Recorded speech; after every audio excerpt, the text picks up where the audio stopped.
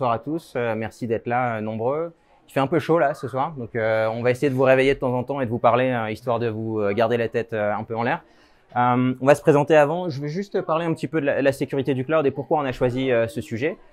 Donc autant chez Exakis, chez Daveo et chez Lacework, c'est un sujet évidemment chez Lacework dont on entend beaucoup parler puisque c'est notre métier, on fait que ça. Mais ça fait 2-3 ans qu'on le voit surtout beaucoup évoluer et très rapidement. Et je pense que la presse nous a bien aidé tout au long de ces 2-3 années en publiant régulièrement, on va dire, des petites histoires croustillantes. Et je regardais avant de venir et j'en ai extrait de quelques-unes. Et notamment, Toyota, il y a un an, en fait, s'est fait hacker et ce sont des centaines de milliers de records clients qui ont été exfiltrés. Et la cause de ça, en fait, c'est un simple défaut de configuration sur un environnement cloud, une base de données qui a été un peu trop exposée publiquement et un hacker qui s'en est aperçu et qui a exfiltré la donnée. On voit aussi régulièrement des rapports qui sortent sur Kubernetes, une technologie qui est quand même pas mal associée au cloud, à AWS, etc. Et je pense que Mickaël pourra peut-être aussi en parler. Et régulièrement, les rapports mettent en avant des centaines de milliers de clusters Kubernetes qui exposent leur console de management sur Internet. Donc ça, évidemment, faut pas le faire, mais par défaut, c'est comme ça quand on déploie Kubernetes. Et il y en a encore beaucoup qui le savent pas. Et sinon, si on remonte à la semaine dernière, je sais pas si tu as entendu parler de ça, mais on en parlait un petit peu en début de semaine. Et si on sort un peu du IaaS et des hyperscalers et qu'on regarde un peu le SaaS, il y a Snowflake qui a fait la une des journaux, et en particulier Santander et puis Ticketmaster pour en citer que deux. Et c'est la base client complète qui a été exfiltrée, et c'est tout simplement une identité volée qui a été récupérée et qui a été utilisée pour accéder à Snowflake et exfiltrer ces données. Donc voilà, il suffit de pas grand-chose, une identité compromise, une petite mauvaise configuration, et puis finalement, c'est toutes ces données qui sortent, et c'est beaucoup de, ça altère un peu l'image de l'entreprise. Donc ce soir, on va parler de ça. Donc je suis accompagné de deux autres personnes. On va essayer d'animer ça avec à la fois des retours d'expérience, Mickaël qui est sur le terrain, et puis Exakis qui a aussi un autre point de vue et qui va enrichir la discussion avec son point de vue. Et peut-être tu peux passer au slide suivant, et peut-être même tu l'as déjà fait, c'est super cool. C'est vrai que c'est ça, c'est le problème quand c'est dans le dos, on voit pas. Donc je vais être impoli, je vais garder la parole. Moi je suis Romain Testu, je suis responsable d'équipe avant-vente chez Lacework. Ça fait 3 ans que je suis chez Lacework. Et Géraldine nous a demandé de trouver une petite anecdote. La première qui me soit venue en tête, c'est que je suis parisien, aujourd'hui en tout cas, et je suis fier de dire que à l'origine je suis pas parisien puisque je viens de Lille, j'ai passé la moitié de ma vie là-bas. Et puis j'ai migré vers Lyon quelques années, et donc moi ça me fait plaisir d'être là ce soir et de retrouver Lyon. Et j'ai démarré dans la vie professionnelle juste à côté, chez Apicil, la grosse tour qui est là-bas. Elle n'existait pas à l'époque, mais c'était quand même Apicil, pas très loin d'ici. Donc voilà, ravi d'être là et ravi de vous rencontrer. Vas-y. Alors, Mickaël Gauthier, moi je suis CTO chez Daveo, et en anecdote, je suis un gros geek, parce que déjà je passe ma journée complète sur un PC, et quand je rentre le soir, je trouve rien de mieux de faire que de repasser sur un autre PC pour jouer. Donc voilà. Merci. Donc du coup, Jean-Sébastien Duchesne, moi je suis directeur technique chez Exakis Nelite. Donc on fait partie de Magellan Partners sur l'univers Microsoft. Et pour la petite anecdote, dans ma famille, je fais beaucoup de voyages en fait dans des pays un peu incongrus. Et ma famille pense que globalement, je travaille pour la DGSE, ce qui est pas vrai, hein, je vous rassure. Mais globalement, ils pensent que je suis espion. Donc, voilà. Tiens, une petite question, c'est vrai et ça on l'a pas préparé, donc je connais pas la réponse, mais est-ce que tu utilises ChatGPT pour préparer tes voyages? Non, comme je suis dans l'univers Microsoft, j'essaye de faire du Bing, mais ouais, j'ai utilisé au début ChatGPT avant qu'il y ait une offre Microsoft. Ouais. Ok, moi je l'ai utilisé perso et franchement je le recommande, c'est super chouette. Ouais, c'est top. Ouais. Donc avant de plonger dans le vif du sujet, à savoir la sécurité du cloud, je vais juste introduire le sujet en parlant un petit peu du cloud et des raisons pour lesquelles les entreprises migrent vers le cloud. Et je pense peut-être même Mickaël est mieux placé que moi pour en parler, mais il y a plein de raisons. Une des raisons, ça va être par exemple l'optimisation des coûts, être capable finalement d'adapter son infrastructure à la demande des applications et des clients, et donc aussi adapter finalement sa facture à la demande et à son infrastructure. On va retrouver aussi l'agilité, la vélocité. Les entreprises vont vers le cloud pour pouvoir développer plus rapidement des applications, et on verra, ça a un impact aussi sur la sécurité derrière. Et puis enfin l'innovation, on parlait de ChatGPT à l'instant, l'IA est dans toutes les bouches aujourd'hui, et on voit des cas d'usage très concrets s'implémenter dans les entreprises, et on voit surtout toutes les entreprises vouloir réutiliser l'IA et peut-être augmenter leur capacité produit en utilisant l'IA. Quand on est dans le cloud, c'est toujours plus simple finalement d'innover, c'est toujours plus simple même d'augmenter ses capacités à base d'IA. Si on est dans AWS par exemple, on a des services comme Bedrock qu'il suffit d'activer, et puis on développe par-dessus, et puis du jour au lendemain on est capable de développer ces capacités-là. Donc on a un avantage concurrentiel au final quand on est dans le cloud. Donc le cloud, c'est plein d'avantages, c'est plein d'opportunités finalement pour le business et pour les produits, mais c'est aussi, il faut s'en rendre compte, c'est aussi beaucoup de challenges pour les équipes sécurité qui souvent en fait ont pris le pli du cloud un peu tardivement. Elles n'ont pas été embarquées dans les projets cloud dès le début. Il a fallu aller très vite. On s'est dit la sécurité, on va la mettre de côté, mais au bout d'un moment, on s'est dit bon bah voilà, on voit ce qui se passe chez les petits copains, on va peut-être quand même s'intéresser à la sécurité et on va les emmener dans le projet. Sauf que ces équipes, souvent, elles n'ont pas grossi avec le cloud.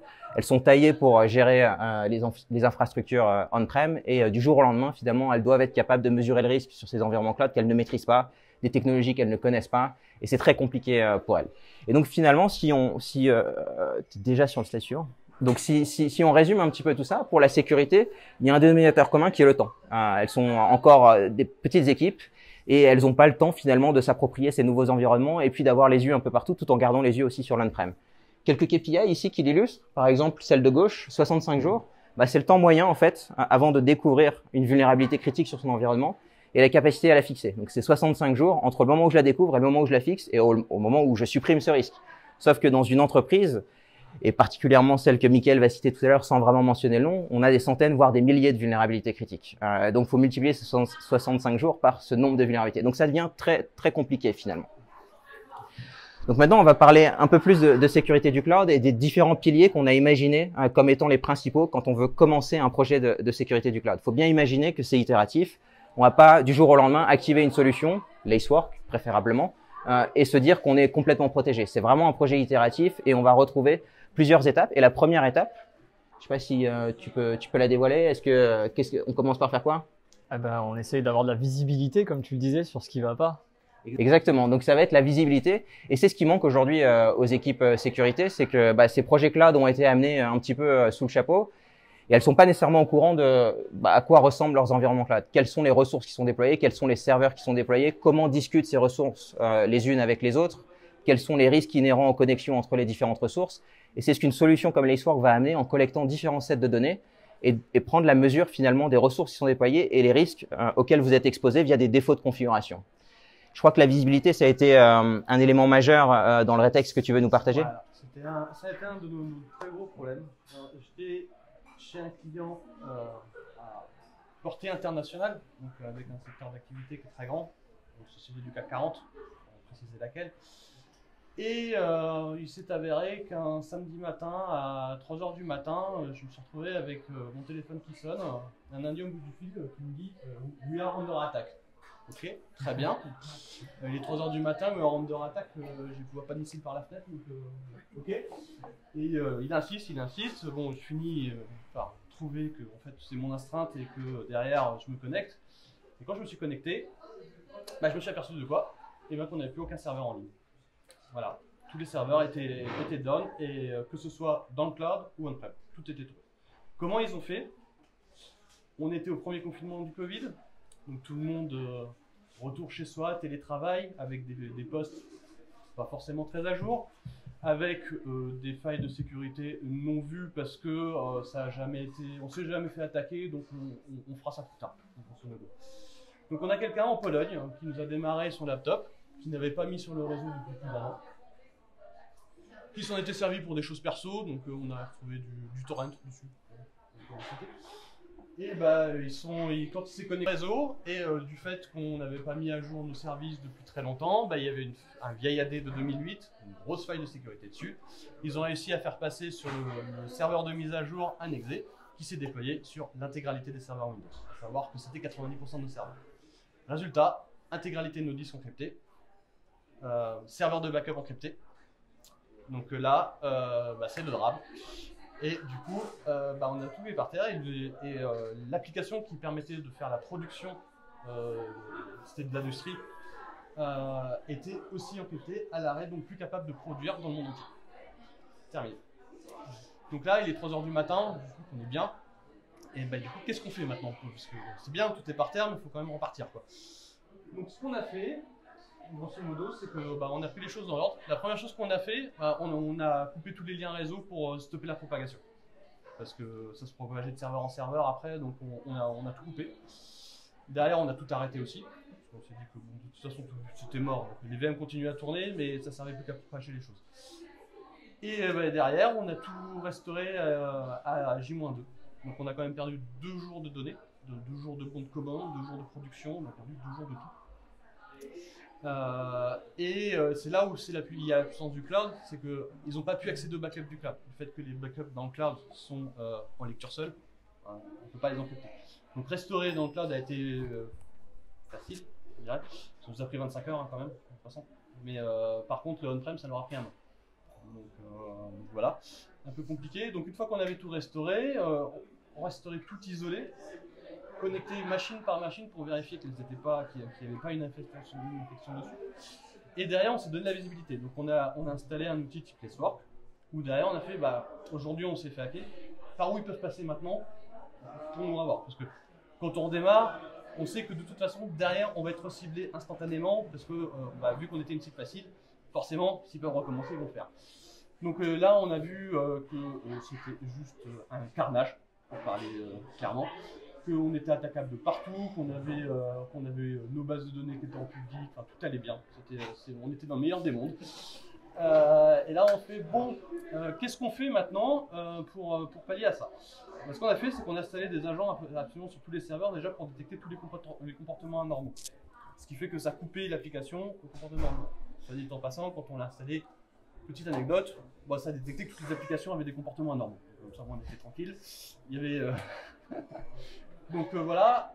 Ensuite, on a appris de nos erreurs, on a tout mis à jour, gentiment, en sachant qu'on partait de Windows 2008. Hein. Il y avait un gap quand même. Donc ça nous a pris un peu de temps. Ensuite, détection préventive. C'est qu'avec des plateformes comme Lacework, ça nous permet d'avoir des alertes très rapidement quand il y a quelque chose qui se passe mal. Et on a monté une équipe spécialisée là-dedans, qui était... leur objectif, c'était de, en cas d'alerte, faire les actions nécessaires pour que le système ne soit pas en risque. Et enfin, on a reconnecté nos liens réseau un par un. Alors là, jusque-là, l'activité était repartie, mais tout fonctionnait avec des VPN. Donc, c'était pas le mieux. Quand on a reconnecté nos liens réseau et on les reconnectait un par un et on vérifiait que tout se passait bien, qu'on ne se retrouve pas avec un poste client qui est encore infecté sur le réseau et qui puisse nous réinfecter la totalité du système. Et enfin, c'était la dernière étape que je n'ai pas précisée, c'est les déconnexions préventives. C'est qu'on a mis en place une règle qui fait que tout laptop ou PC qui n'a pas été connecté depuis moins de 3 mois sur le réseau est sorti automatiquement du réseau. Parce que du coup, on ne sait pas s'il est à jour, on ne sait pas tout ça. Voilà comment on est là, c'est énormément de travail. En tout, pour revenir à une situation normale, je l'ai dit, en on-prem, ça nous a mis 1 an. Mettre en place toute cette sécurité, ça nous a pris quasiment 2 ans au total. Ok, mais ça, c'est parce que tu n'avais pas Lacework, je crois. Au départ, on n'avait rien. Hormis les équipes projets, et c'est là où c'est souvent la problématique, c'est qu'on veut faire avancer nos produits, on veut développer nos produits, et en fait on fait toujours passer ça en priorité, et les tâches de fond, de mise à jour notamment, là c'était l'AD, mettre à jour l'AD, on se dit on le fera plus tard, jusqu'au jour où, voilà. Si tu savais le nombre d'entreprises qui ont encore des AD en schéma 2008 par exemple, c'est impressionnant. Mais moi, j'ai quand même une question pour toi. Avant qu'il y ait l'attaque, est-ce que globalement, ils avaient un plan de reprise d'activité, un plan de continuité? Est-ce qu'ils s'étaient posé cette question-là? Oui. Ouais, quand même, ok.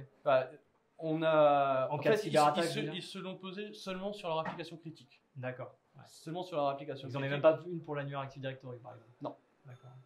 Et on a eu une chance, c'est qu'on avait il y a énormément de serveurs d'AD, parce que vu que c'est de l'international, c'est répliqué partout. On en a un seul qui fonctionnait, malgré qu'il ait les disques encryptés. Ok. Il était sur AWS. Ouais. Et on est reparti de là. On est reparti, on était vraiment, on ne faisait pas les fiers, parce qu'on repartait avec un AD qui marchait sur 2 pattes. Ouais. Donc, ok. Voilà pour un petit retour, et comme quoi, faut pas prendre la sécurité à la légère, parce que quand on se retrouve dans cette situation-là, croyez-moi, il n'y a personne qui fait les fiers. Merci Mickaël.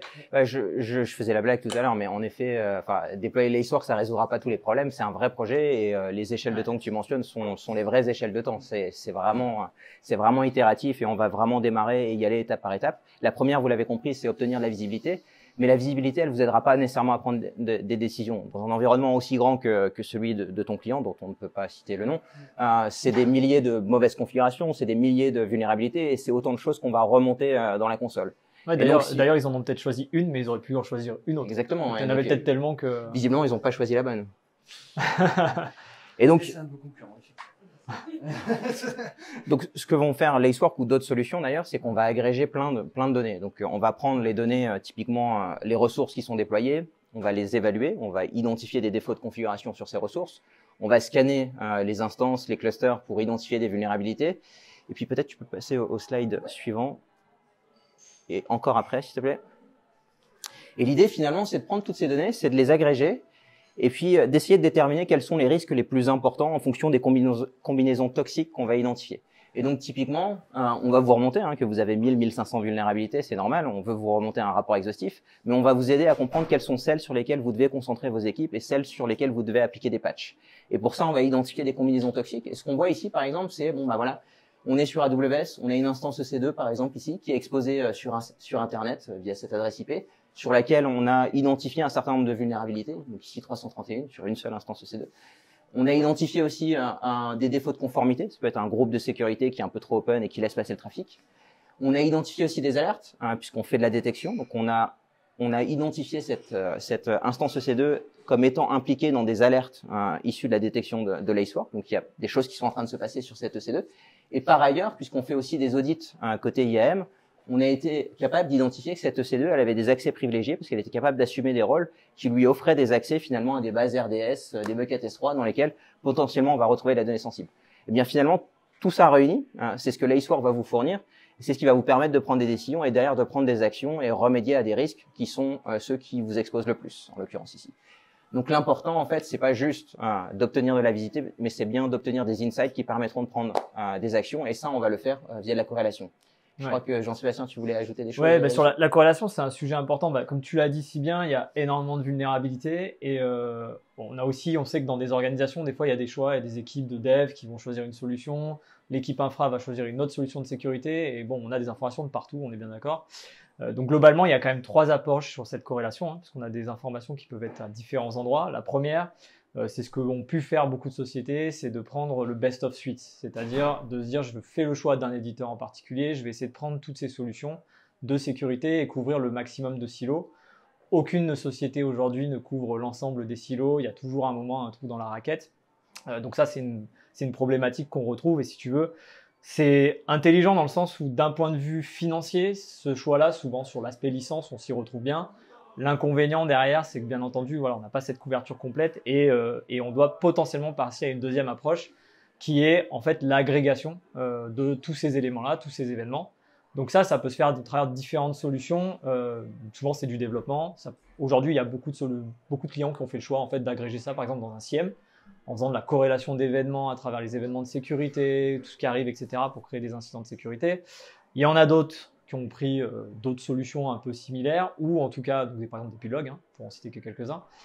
Ou alors, il y a des clients qui ont fait le choix de faire ça dans du dashboarding, c'est-à-dire qu'ils ont vraiment créé une solution de dashboarding from scratch, où ils agrègent l'ensemble des éléments, ce qui est un gros développement, on ne va pas se le cacher. Et l'inconvénient de ce choix-là, par contre, c'est qu'il y a un fort coût d'investissement et de développement pour maintenir cette solution qui agrège tout. Et de la TMA aussi, pour des sociétés typiquement comme Exactis. Nous, ça nous fait plaisir de faire de la TMA. Ça, c'est en gros les 2 principales approches. On a une 3e approche qui est en train d'émerger et qui fait appel à l'intelligence artificielle. Donc notamment, vous avez vu l'arrivée de l'IA générative. La grosse capacité de l'IA générative, c'est de pouvoir en gros aller taper sur des sources de données un peu partout, d'aller agréger la bonne information, d'essayer de la corréler et de fournir une réponse à peu près digeste de ces éléments-là. Donc c'est ce qu'on est en train de voir émerger dans le monde de la cyber. Par exemple, côté Microsoft, ils ont lancé Copilot for Security, qui au départ, lors du lancement, se focalisait énormément sur les produits de sécurité Microsoft. Et maintenant, on voit les éditeurs en fait qui créent des plugins parce que c'est très facile de créer un plugin pour pas rester en dehors de cette picture et offrir en fait vraiment cette matrice complète en fait à la personne. Le gros avantage qu'on va avoir là dans cette agrégation-là, comparé à un dashboard ou une solution SIEM, le SIEM, ça va être quand même très tourné analyse de sécurité, des personnes qui ont quand même la connaissance. Le dashboard, ça va plutôt être en général orienté top management ou personnes qui peuvent prendre des décisions.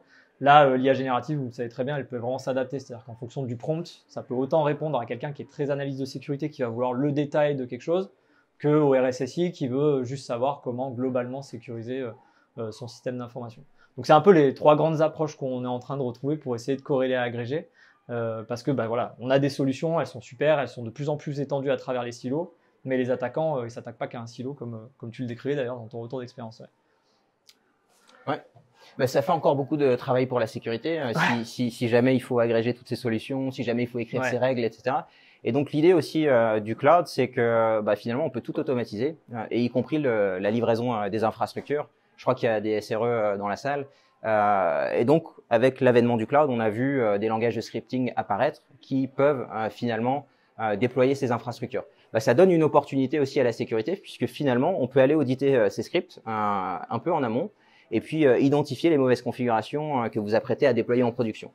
C'est toujours moins cher de fixer une ligne de code que d'aller patcher une infrastructure de production. Et donc, vous avez peut-être entendu parler de Shift Left, de DevSecOps, etc. Eh bien, c'est toutes ces pratiques que les solutions de type Lacework vont promouvoir. Et l'idée, bah, finalement, c'est de déployer des outils comme Lacework un peu plus en amont dans les pipelines pour aller opérer ces contrôles au moment où on va construire ces images, au moment où on va écrire ces scripts. Si je peux t'interrompre, un des exemples plus concrets, donc vous avez sûrement entendu parler, hein, c'est SolarWinds, qui globalement s'est fait attaquer le Solarigate, qui a quand même eu un impact énorme, hein, parce qu'ils ont réussi à mettre du code malicieux dans le code source, qui a ensuite été déployé chez tout le monde, hein, Google, Amazon, Microsoft, puis bah, vous, hein, ton client. Et là, tu vois, tu mets en avant un point, c'est qu'il y a un vrai sujet au travers de la supply chain de vérifier en fait constamment qu'il n'y a pas du code malicieux, des choses qui vont pas, des identifiants en clair, etc. C'est un point essentiel, l'automatisation dans ce cas-là. Et bah, du coup, je rebondis là-dessus, c'est un super exemple parce que bon, on a beau mettre des contrôles dans la supply chain, ça peut quand même passer au travers. Le malware peut quand même se déployer et puis aller chez les clients. Et c'est là aussi où il va y avoir un intérêt à avoir une solution de détection qui va se baser sur l'analyse comportementale. Puisque finalement, SolarWinds, une fois qu'il a été déployé chez les clients, il a eu un comportement probablement très différent de ce qu'il avait l'habitude de faire puisque le malware s'est réveillé.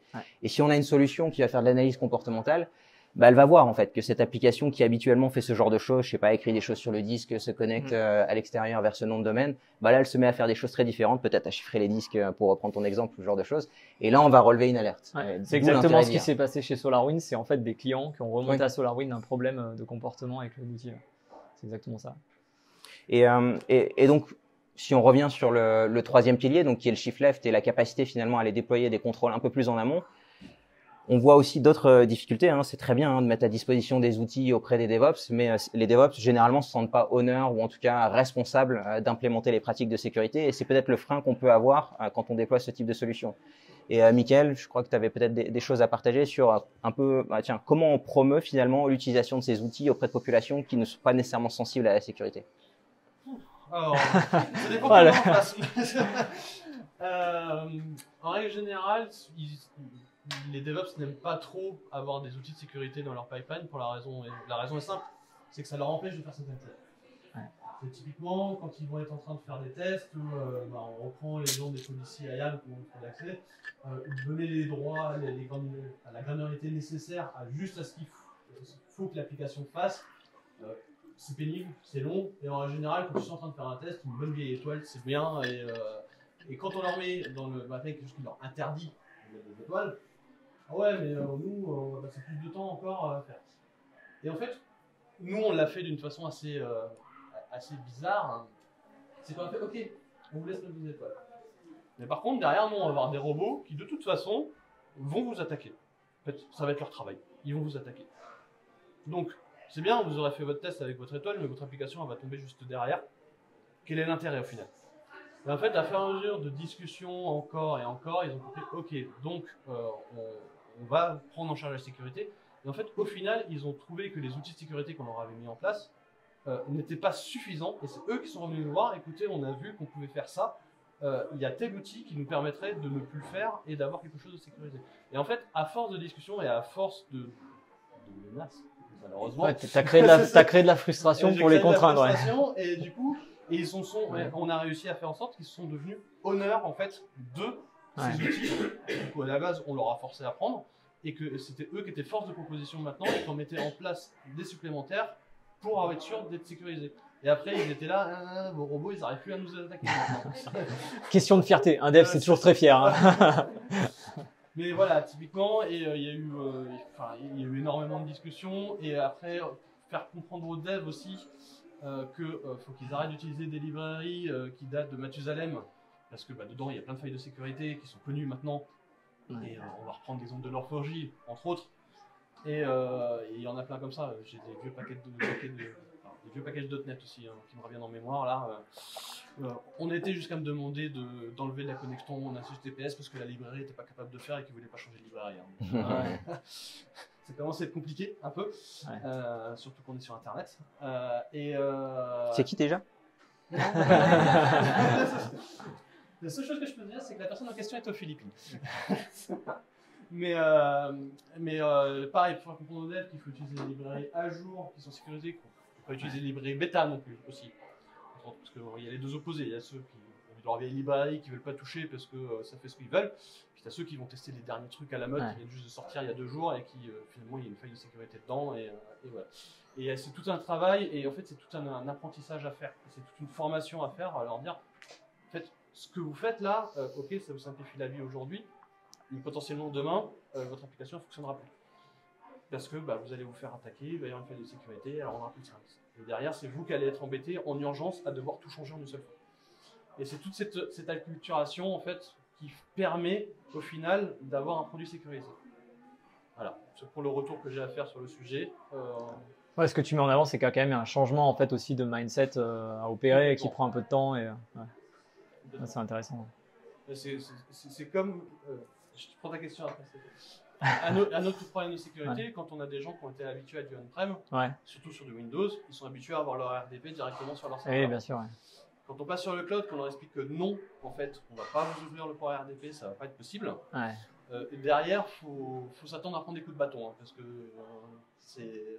Et après, les cloud providers ont évolué aussi là-dessus. Maintenant, il y a un tas de systèmes qui permettent malgré tout. Mais avant, on pouvait se connecter qu'en ligne de commande sans passer par le port RDP. Et ce qui leur posait ça, c'était des personnes qui avaient l'habitude de faire du clic-clic. Leur dire qu'il faut qu'ils fassent du PowerShell à la place, c'était un peu compliqué. Mais voilà, il y a aussi tous ces accompagnements, leur dire c'est pas grave, on va pas vous l'ouvrir, mais on va quand même vous mettre des outils à disposition pour que vous puissiez faire ce que vous avez à faire. Tu avais une question, Stéphane? Ouais, vous parlez de corrélation de risque, vous avez aussi parlé d'intelligence artificielle. Je pense qu'on va, grâce à l'intelligence artificielle, on va améliorer la capacité à sécuriser, mais on va aussi améliorer la capacité à attaquer. Et par définition, comment on fait évoluer les modèles de corrélation de risque, comment on fait évoluer les modèles d'identification des risques face à ce changement de paradigme dans l'écosystème cyber en fait. Est-ce que les outils vont être capables d'apprendre aussi vite? Les typologies de risques qui vont changer vont avoir un impact. Alors on sait que les grands éditeurs sont capables de réagir, mais voilà, ma question c'est comment on va continuer à assurer cette corrélation de risque, sachant qu'on va certainement voir des nouveaux modèles de risque arriver dans les écosystèmes. Ils sont déjà là, hein. Enfin, ça fait partie de... Je sais pas si c'est la transition. C'est la suite en fait. Ouais, c'est la suite du... Tu as vu le truc? Mais est-ce qu'on y répond maintenant ou je sais pas comment tu veux enchaîner? En fait c'est le dernier pilier. Donc on a parlé de la visibilité, donc reprendre le contrôle du cloud, avoir de la visibilité sur ses environnements. Après on a dit que c'était pas suffisant parce que trop de visibilité finalement nous empêche de prendre des actions, donc il faut corréler. Et puis après un peu de shift left pour déléguer un peu la sécurité parce qu'on a toujours ce problème de temps. Et puis finalement l'autre opportunité qu'on a c'est l'IA. Mais l'IA c'est aussi un peu comme le cloud, c'est que ça amène des opportunités, celles que tu citais et celles qu'on utilise nous aussi chez Lacework, mais ça amène aussi des nouveaux risques. Et donc ça je te laisserai en parler tout à l'heure, ou peut-être maintenant si tu veux. On peut en parler maintenant. Alors déjà qui utilise l'IA? Qui a déjà utilisé l'IA ou l'utilise au quotidien? Ouais, ok. Même pour faire un voyage. Hein. Et qui l'utilise dans son travail, dans son quotidien? Ouais, aussi. T'as la même chose. Et dans la sécu? Ah, il y a moins de mains. Hein. Bon, ok, c'est intéressant. En fait, l'IA, elle est arrivée. Tu as raison. En fait, les attaquants, merci Stéphane de poser la question, ils n'ont pas attendu du tout.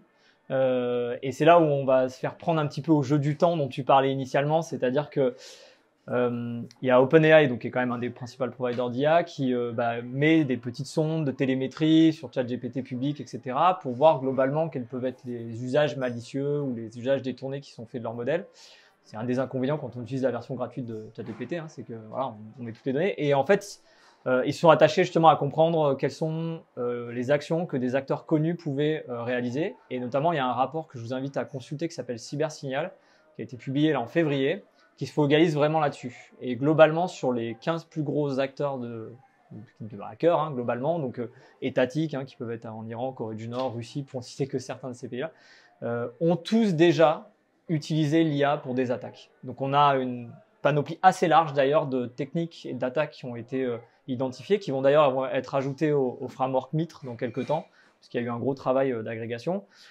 Parmi les choses qui ont été faites, il y a des choses assez simples, hein, l'optimisation du phishing. Les phishing sont de plus en plus efficaces et notamment, il y a une solution en fait, d'analyse d'email connue du marché qui a vu un véritable changement en fait, à la sortie de ChatGPT dans l'efficacité en fait, des spams. Donc la qualité des spams, l'orthographe, la proximité à ce qu'on obtiendrait à recevoir un mail de notre banque ou de la poste, etc. Ça s'est vraiment amélioré déjà depuis quelques temps. Il y a d'autres choses beaucoup plus particulières. Hein. Donc, ils utilisent ça, par exemple, voilà, ils voient l'arrivée d'une nouvelle vulnérabilité, un nouveau patch que Microsoft sort. Ils veulent comprendre comment fonctionne la vulnérabilité, comment générer du code. Donc, ils contournent même d'ailleurs les mécanismes qui existent dans les différentes IA, puisque aujourd'hui il y a quand même des barrières. Si vous demandez de vous créer un malware dans ChatGPT, heureusement, ils ont mis quelques trucs, mais ils arrivent quand même à potentiellement contourner. Pour ceux qui sont un peu intéressés, il y a une époque, si on demandait, si on faisait par exemple un devoir pour l'école, on lui disait montre-moi comment créer un ransomware. En fait, la barrière sautait parce que comme c'était dans le cadre de l'école, OpenAI globalement sortait le truc. Bon, tout ça, voilà. Et aussi les éditeurs retravaillent là-dessus pour éviter ça. Mais pour revenir au sujet, il y a énormément de tactiques d'attaque qui permettent d'utiliser l'IA. Ils utilisent ça aussi pour rassembler des informations sur les sociétés, sur des personnes individuelles. Donc il y a notamment des activistes féministes qui ont été ciblés et l'IA a été utilisée pour rassembler des informations sur elles, pour ensuite les attaquer, faire du phishing, etc. Et tu me parlais la semaine dernière quand on faisait un peu le briefing de ce qu'on allait vous dire, je crois d'une attaque en deepfake qui a fait un grand bruit peut-être. Je sais pas si vous avez entendu, à Hong Kong, 25 millions, c'est quelqu'un qui a monté un Zoom et qui s'est fait passer pour le CEO de la boîte via un deepfake. Je crois que c'était le CEO ou en tout cas une personne importante, et puis il lui a dit voilà, il faut faire un virement en urgence. Et la personne en face a été un peu crédule et a fait le virement, et sauf que c'était 25 millions, je crois. Ouais. Je pense que vous avez tous vu cette vidéo là de Barack Obama qui dit des choses un peu abracadabantesques, hein, donc c'est un peu flippant. Et je pense qu'on va en effet aller de plus en plus là-dedans. Donc oui, on va avoir une recrudescence d'attaques type deepfake, social engineering, etc. Et donc en gros, ces hackers, hein, ils ont déjà complètement adopté l'IA. Comme ils ont adopté d'autres technologies avant, bien avant les entreprises. Donc, il y a ce vrai travail à faire en tant qu'entreprise de se poser des questions autour de l'IA. Et particulièrement pour une raison simple, c'est que comme on court après le temps, souvent quand on court après le temps, on se dit on va prendre des bras. Hein, c'est comme ça. Hein, donc on recrute. On a des budgets limités, mais on recrute. Je pense que je vais pas vous apprendre, mais il y a un gros déficit des compétences cyber. Donc par exemple, aujourd'hui en France, hein, à l'heure actuelle, il manque 15 000 personnes dans le monde de la cyber, 4 millions dans le monde. C'est des chiffres énormes. Et chaque année, il y a 10% de personnes manquantes en plus qui arrivent. Donc, on creuse l'écart, en fait. On n'arrête pas de creuser l'écart en termes de bras. Hein. Et ça, c'est une vraie problématique. Donc, on a des super outils comme l'Espoir qui permettent potentiellement d'améliorer la chose. Mais on a un vrai travail là-dessus. Et l'autre problématique qu'on a, c'est que les personnes qui sont dans le monde de la cyber, moi, pareil, je suis un peu comme toi. Je passe mon temps à regarder ce qui se passe, les vulnérabilités, les problèmes. Des fois, je me fais surprendre. Je me rends compte qu'il y a une vulnérabilité qui est sortie il y a un mois et je suis complètement passé au travers parce qu'en fait, faudrait être payé pour regarder LinkedIn, les réseaux sociaux et tous les éléments. Donc, c'est là aussi où l'IA, elle va quand même apporter quelque chose parce que ces mêmes études dont je parlais là sur la pénurie d'emploi, elles sont focalisées aussi à sonder les personnes du monde de la cyber. Et aujourd'hui, il y a plus de 60% de personnes qui estiment être en retard, en fait, sur globalement les compétences nécessaires dans la cybersécurité, dans la sécurité au sens large. Et ça inclut des personnes qui sont vraiment des pointures, hein, qui sont aujourd'hui à des postes stratégiques d'entreprise, etc. Donc ça, c'est aussi un vrai sujet. Et donc du coup, c'est vrai que l'IA générative au sens large, elle va en effet apporter un gain de temps là-dessus, hein, parce que quand on est un RSSI, on va pouvoir poser la question contextualisé par rapport à tous les outils qu'on a achetés, par rapport à notre réseau, qu'est-ce que je dois faire pour améliorer ma posture de sécurité avec mes mots, quoi. Hein. Un RSSI, il n'est pas là à regarder dans les journaux, à analyser, etc. L'analyse de sécurité, un autre exemple, hein, si vous avez fait un peu de threat hunting ou ce genre de choses, quand on va avoir arrivé à un script, par exemple, comme sûrement un script qui est apparu chez tout client, souvent les attaquants, ils essayent d'obscurcir le script, en fait, en tout cas de rendre le script illisible pour les analystes de manière à gagner du temps dans les chaînes d'attaque. Donc c'est un indicateur qu'il y a une attaque, mais le problème c'est qu'on ne sait pas ce qui se passe dans le script. Aujourd'hui, prendre un script de 600 lignes qui a été haché 2, 3, 4 fois, le déchiffrer, etc. Globalement, moi je travaille avec des analystes de sécurité, ça leur prend une demi-journée pour le déchiffrer, savoir quel type de hash ils ont utilisé, ensuite analyser ce qui se passe dans le script et comprendre l'attaque qui se passe. L'IA aujourd'hui, elle fait ça en 3-4 minutes, pas plus, quoi, hein, le temps de faire tourner le truc, de comprendre quel hash, etc. Donc on a un vrai enjeu sur l'intelligence artificielle qui est en train de se passer. Eux, il faut savoir qu'ils sont déjà au taquet dedans, hein, ils l'utilisent massivement, hein, OpenAI justement surveille ça. Hein. parce que c'est un vrai sujet. Et là, je parlais que de certaines attaques, mais c'est sûrement utilisé pour déstabiliser des États, déstabiliser des choses. On voyait l'histoire des punaises de lit avec les Russes qui ont lancé des attaques comme ça. Voilà, c'est assez flippant, mais bon, globalement, il faut que les entreprises prennent ces outils-là, s'y intéressent, et quel que soit finalement le secteur, dont la cyber, dont les développeurs, dont les administrateurs, parce que vous pouvez tous les utiliser, en fait, ces outils, à votre échelle, en fait. Bon, après, je ne sais pas si… Non, mais moi je voulais juste rajouter, histoire d'illustrer un peu les propos, on avait une petite vidéo sur Lacework et comment on utilise un petit peu tout ça. Il y a deux cas d'usage, peut-être tu peux passer, on a deux cas d'usage dans la plateforme Lacework où on va utiliser d'une part le machine learning. Donc ici c'est le polygraphe de Lacework. Donc grosso modo ce qu'on fait, c'est, je disais tout à l'heure, on capte plein de données, y compris les données directement de vos workloads. On va déployer un agent dans vos clusters Kubernetes, dans vos instances EC2. Je vais peut-être me décaler. Et ce qu'on fait, c'est que le polygraphe, il va interpréter toutes ces données et il va essayer d'identifier quels sont les workloads qui tournent sur vos infrastructures. Donc il fait fi l'infrastructure parce qu'elle bouge en permanence, mais les workloads sont tout le temps les mêmes. Donc le travail du polygraphe, c'est de les identifier. Et c'est de créer une baseline, d'identifier quels sont les comportements nominaux de ces workloads, les intégrer dans la baseline et puis le faire évoluer au fil du temps. Et cette baseline, il la compare en temps réel à ce qu'il observe. Et dès lors qu'on a un workload il va se mettre à communiquer de manière différente avec un autre nœud, qui va avoir des interactions un peu différentes avec le kernel ou ce genre de choses, on va les signifier ici via des traits rouges et puis reporter finalement ces anomalies comportementales. Donc si on a une application vulnérable Log4j qui se met soudainement sur cette tranche horaire à communiquer avec des nœuds externes sur lesquels on l'a jamais vu communiquer dans le passé. C'est quelque chose qui n'était pas attendu par le polygraphe, et donc il a levé des alertes. Donc il n'y a pas besoin, je vous rassure, d'être le nez scotché devant le polygraphe et de veiller l'apparition de nœuds rouges. On va faire aussi on va déclencher aussi des alertes qui sont ensuite généralement consommées par les analyses de sécurité pour mener une investigation. Donc vous le voyez ici, on va ramener quand même pas mal de contexte qui va permettre de faire ce premier niveau d'investigation et simplifier, accélérer le travail de l'analyse de sécurité. Pour autant, ça peut rester encore un peu compliqué pour lui d'identifier ce qui va pas et qu'est-ce qu'il doit faire. Donc, on va embarquer aussi des panels contextualisés. Et là, je le montre pas ici, mais celui qui est en dessous, finalement, c'est un assistant AI qu'on embarque. Donc, c'est un autre cas d'usage d'IA qu'on embarque dans la plateforme directement. Et vous pouvez dialoguer avec lui. Cet assistant IA, il connaît par cœur la doc d'AWS, celle de GCP, en tout cas tous les hyperscalers qu'on va supporter. Il est familier de la cyber et il connaît évidemment la documentation de Lacework. Donc, c'est le meilleur expert technique que vous puissiez avoir sur toutes ces technologies combinées, à part Michael, évidemment. Mais vous pouvez interagir avec lui en temps réel et avec Michael, c'est un peu plus dur la nuit. Voilà, c'est un cas d'usage qui est vraiment, je pense, qui apporte de la valeur. Comme moi, pour planifier mes voyages, là, l'analyste de sécurité, il va y trouver beaucoup de valeur parce ça va lui permettre de comprendre pourquoi cette alerte a été levée. Et il peut même aller jusqu'à lui demander de générer le bout de code Terraform qu'il va devoir exécuter pour fermer le risque qui aura été identifié par l'alerte. C'est intéressant. En fait, ça met en évidence quelque chose, surtout quand on est dans l'équipe sécurité. Alors, vous n'êtes peut-être pas dans une équipe de sécurité, mais en fait, les devs peuvent choisir du jour au lendemain d'adopter une nouvelle technologie. L'équipe infra peut décider, je sais pas, d'aller dans Azure. C'est une idée parfois aberrante pour d'autres, mais voilà. Et en fait, c'est très compliqué pour même en fait à l'échelle d'un dev, des choix stratégiques qui sont faits, à l'échelle d'un administrateur d'infrastructure, les choix que les devs font, d'avoir cette vision globale. Faut imaginer que malheureusement, dans les entreprises, on fonctionne encore énormément en silo, et ça, c'est un vrai sujet. Et l'équipe sécurité, moi, je suis très, j'ai des amis qui sont responsables de SOC, etc. Des fois, en fait, ils apprennent que, voilà, le DSI, il a décidé il y a 3 mois de déployer Azure Virtual Desktop. Bon, c'est en popant dans la console qu'ils voient apparaître des trucs. Donc, c'est assez étonnant, mais c'est important d'avoir cette visibilité, donc que tu montres là. Parce qu'on peut pas être là à tout scruter, on peut pas tout savoir. Dans des groupes internationaux, il se passe des choses dans des filiales. Et ça, c'est un vrai sujet d'avoir cette visibilité, cette vision globale de ce qui se passe, comment, la corrélation et tout ce qui va avec. Ouais.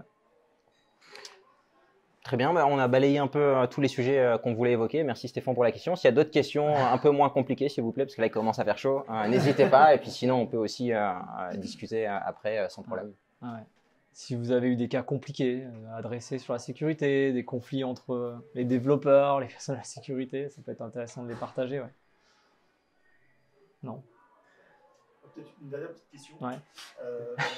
La complexité de… tu évoquais le DSI qui a déployé un virtual desktop, etc. Ouais. Est-ce qu'on a un enjeu de déploiement d'outillage? C'est-à-dire est-ce qu'une plateforme comme Lacework peut détecter ce qu'on a installé? Ouais. Alors, en fait, Ouais, Est-ce que c'est simplement sur l'analyse de l'ensemble des logs du trafic de tout le système d'information qu'on est capable de détecter ce qui se passe à l'évolution? Parce que si on décide de rajouter un composant infra, voilà. Et est-ce qu'on peut aller au-delà du cloud? Est-ce qu'on peut pousser dans les environnements on-prem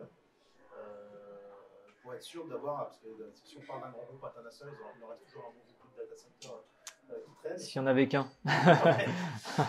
Voilà, est-ce qu'on est capable d'avoir une vision globale sur les sites industriels, enfin, ce genre de choses? Comment on fait pour sécuriser de bout en bout la donnée? Bah, en tout cas, nous, si je parle pour Lacework, on va vraiment se limiter aux environnements cloud en priorité parce que ce sont ceux qui exposent le plus de données qu'on est capable d'exploiter très rapidement. Prendre la mesure du risque, évaluer qu'une EC2 est mal configurée, que le security group il est un peu trop open, bah, ça c'est de la donnée qui est facilement mise à disposition par les hyperscalers et c'est ce qui nous simplifie le travail à nous. Sur l'on-prem, on ne va pas avoir accès à ces données, donc on ne sera pas capable d'évaluer le risque. Pour autant, il y a une partie de la plateforme qui va fonctionner via de la donnée qu'on va générer nous au travers d'agents. Dans la mesure où tu es capable de déployer un agent, on a des clients qui sont full on-prem, mais on va avoir un nombre de cas d'usage qui va être limité à de la détection. Donc, on va être capable d'identifier sur un serveur s'il y a de nouvelles applications qui sont déployées et puis on va remonter des anomalies, puisque c'est quelque chose qui est tout nouveau. Donc ça, c'est des choses qu'on va être capable de faire, mais tu vois, sur les environnements OT dont tu parlais, voilà, ça sort de notre scope. Et c'est pour ça que tout à l'heure, tu parlais de SIEM, de corrélation. Nous, on remplace pas le SIEM. On vient donner, on a un outil spécialisé sur le cloud et on vient se plugger au cloud et on vient apporter cette analyse sur le cloud. Mais le cloud, généralement, c'est pas l'intégralité du système d'information d'une entreprise. Et donc, le SIEM, il vient par-dessus. Et nous, on dialogue avec le SIEM et on va remonter nos propres alertes. Et après, c'est le travail des analystes, en fait, de corréler ce que Lacework va remonter, ce que Varonis sur l'AD va remonter, et puis d'autres composants de détection sur d'autres parties du système d'information. Typiquement, le monde de l'OT et de l'IoT, on peut avoir des solutions qui existent, mais c'est tellement parfois spécifique. Il y a l'éditeur X qui a son propre standard, etc. Même s'il y a des solutions qui tendent à standardiser ou en tout cas ramener le plus d'éditeurs dans leur bucket, oui, tu as jamais, c'est la problématique, c'est que tu n'as jamais la couverture complète. Tu vas toujours avoir le truc sur la chaîne d'approvisionnement de quelqu'un qui a choisi une solution. Bon, il y a une brique de sécurité, mais elle est là toute seule, quoi. Donc, il faut en effet la ramener dans la tour de contrôle. Le SIEM, c'est ça, c'est une tour de contrôle. Ouais. C'est bon, ça va bon. J'ai encore plein de questions, mais on va aller voir un coup. On va aller voir un coup. Ouais. On peut peut-être descendre d'un étage aussi, il fera moins chaud en bas. Ah bah non, il y a le concert, pardon. Si on reste dans l'analogie du sport, finalement, la sécurité, c'est un sport d'équipe. C'est un vrai sport d'équipe, ouais. Mais en plus, c'est un sport d'équipe où il y a des individus parfois qui peuvent aussi jouer contre toi. C'est un peu le problème. Enfin, ils savent pas ils savent pas où sont les cages. Tu vois, c'est un peu le problème. Mais oui, non, c'est un sport d'équipe. Ouais. Bah merci Aline, c'était une belle conclusion. Ouais. En tout cas, merci à vous. Bravo. Allez, merci.